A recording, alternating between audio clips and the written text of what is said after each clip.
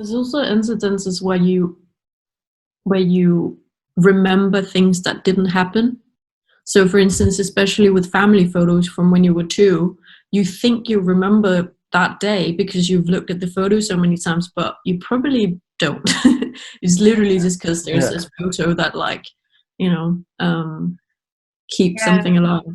And even there are theories that support the idea of memory being ever changing every time you remember something.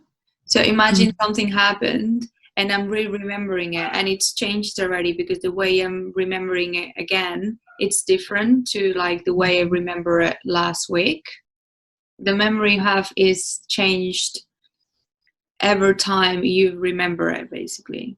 It's a very interesting theory that I If you kind of remember, like, used to like listen to it because I'm very much precious of my memories. I'm like, that's not true. It happened how it happened, and I remember the same every time. And that's how it happened, and it's not going to change.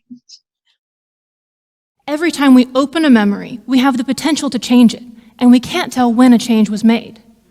Whenever we remember something, we incorporate new information and a new perspective from that moment of recall into the memory, reconstructing it.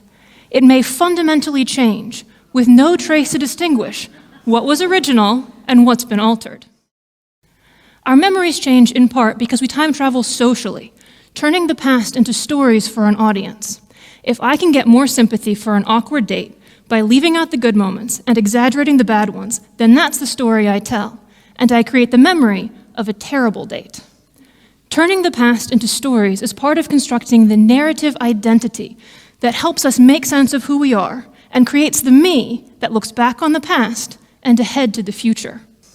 And our travels to the past, in turn, become the foundation of our travels to the future.